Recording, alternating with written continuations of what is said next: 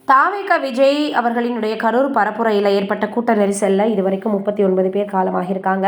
இந்த சம்பவம் குறித்து பொறுப்பு டிஜிபி வெங்கட்ராமன் செய்தியாளர்களிடம் பேசியிருக்கிறது இப்போ ரொம்ப வயலாகி வருது. அது என்னென்ன வீடியோவில் போய் பார்த்து தெரிஞ்சுக்கலாம். இந்த சம்பவத்தில் மொத்தம் 38 பேர் காலமாகியிருக்காங்க.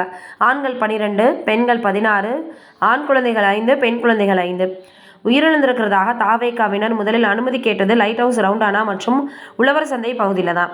அது இதைவிட நெரிசலான பகுதின்னு சொல்லப்பட்டிருக்கு.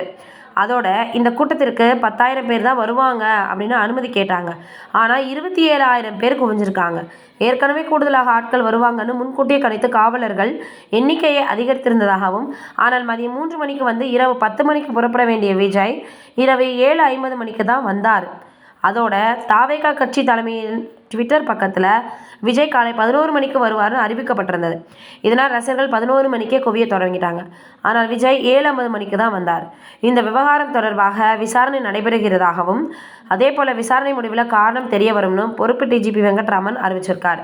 விஜய் அந்த பிரச்சார கூட்டத்தில் ஏற்பட்ட கூட்ட நெரிசல் சிக்கி கரூர் அரசு மருத்துவமனையிலும் தனியார் மருத்துவமனையில் அனுமதிக்கப்பட்டவர்களுக்கு முதலுதவி அளிக்கப்பட்டு பின்னர் ஏனைய மேல் சிகிச்சைக்கு அரசு மற்றும் தனியார் மருத்துவமனைக்கு அனுப்பி வைக்கப்பட்டிருக்காங்க. இதில் சிகிச்சை பலன் இல்லாமல் 39 பேர் காலமாகியிருக்காங்க. இதற்கிடையில் முதலமைச்சர் மு.க. ஸ்டாலின் அவர்கள் தனி விமானம் மூலம் சென்னையிலேருந்து திருச்சி வந்து அதற்கப்புறம் கரூர் மூலமாக பார்த்தோன்னா அவர் காரில் போயிருக்கிறாரு.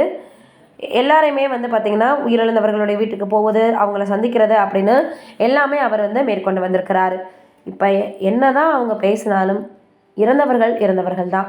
அவங்கள மீட்டு கொண்டு வர முடியாது. இனிமேல் எவ்வளவோ அவங்க பாதுகாப்பான ஒரு கூட்டத்தை ஏற்படுத்தினாலும் இந்த இழந்தவர்களுக்கு நம்ம ஈடாக எதையுமே செய்ய முடியாதுன்றதான் உண்மை.